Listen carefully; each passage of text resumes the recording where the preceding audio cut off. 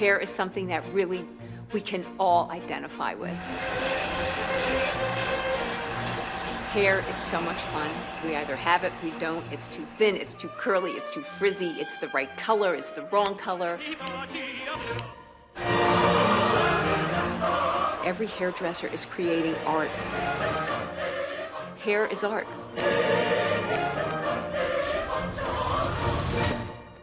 And he was the merry maestro of the art. No one enjoyed styling hair and inspiring other hairstylists quite like the man they called Big Daddy, Fabio Sementilli. The first time I heard Big Daddy, I'm like, who are they talking about? Oh, of course, Fabio.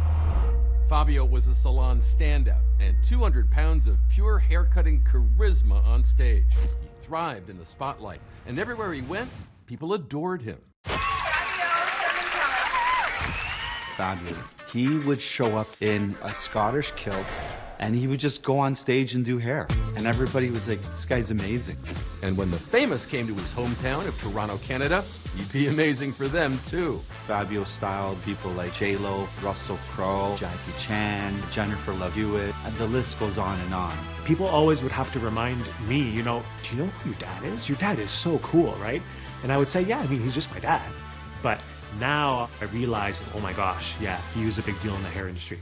A competitive hairstylist, Fabio was a self-made superstar from the old neighborhood, Little Italy in Toronto, where Fabio was a first-generation North American, the shining pride of his Italian emigre family, raised with a lot of love and a little lasagna.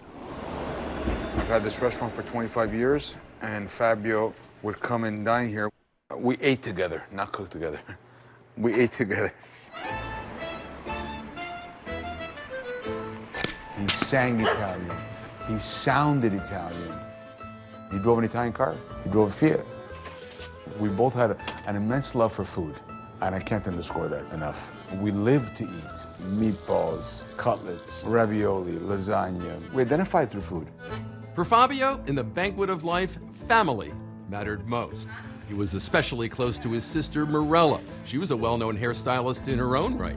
He was in high school, where Keanu Reeves went, when he started working with his sister at her salon. He finished high school, and it was basically, you know, what are you going to do next? And he says, I want to go to hairdressing school. Yeah.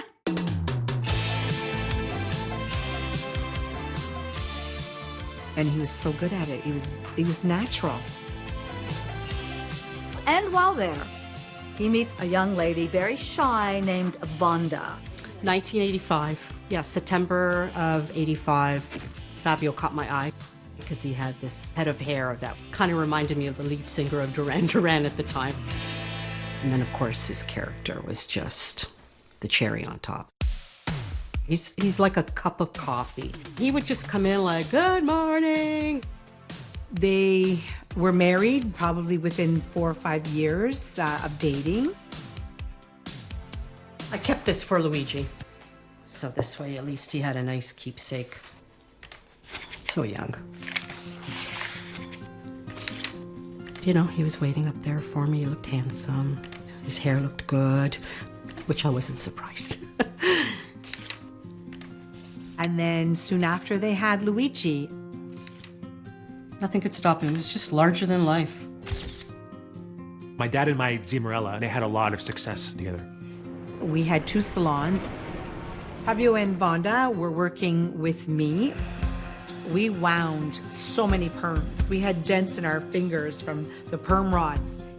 Fab's hair was like huge. My hair was huge.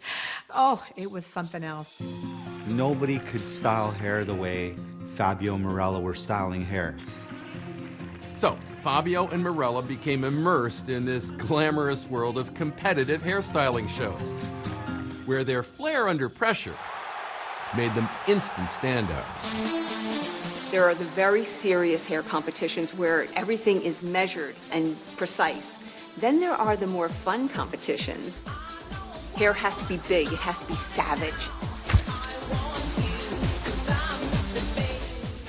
So within 17 minutes, you had to create from start to finish your look. We just loved every minute and killed it. They would announce 5 more minutes. 5 minuti rimani. And then hands off, don't touch. And I still have my finger on the hairspray. And then all of a sudden we started seeing him on these local Toronto talk shows like CBC and whatnot. Like, oh my God, there's Fabio. And then she taught you everything you know. Yet while Fabio was gaining worldwide recognition, back home, for his wife Vonda, there were not a lot of highlights. I think there was one here when he was washing the car with Luigi.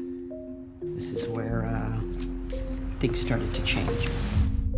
While Fabio's career had been skyrocketing, he'd been spending a lot of time with one of his hair models, who was also working at his salon. Monica was a manicurist at the salon.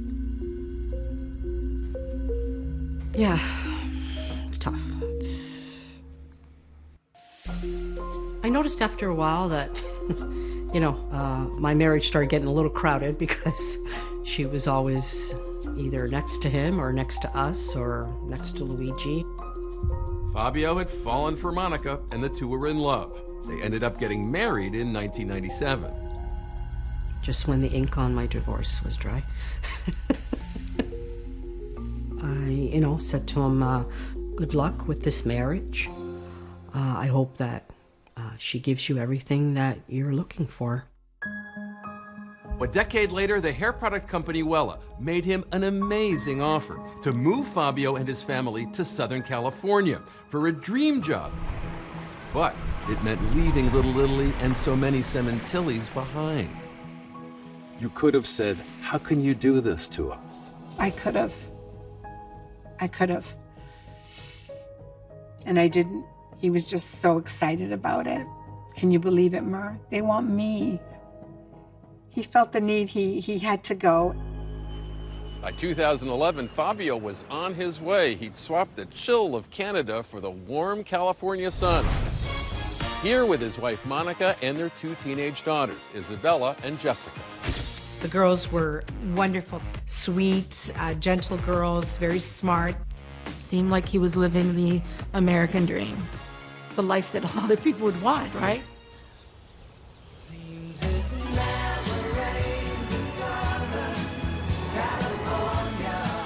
Well, that talk of opportunities that Albert Hammond sang about in the 1973 classic It Never Rains in Southern California, it rang true for a while.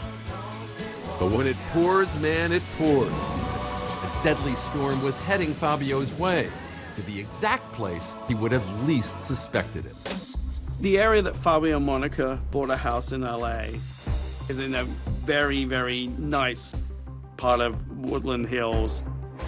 Perfect kitchen, perfect patio, perfect porch. Everybody in the Sementilli family knew that the outside patio was Fabio's own office. This was Fabio's place. Isabella, who's been in school all day, comes home. She can feel things seem a little odd. She goes to the patio and lets out a scream.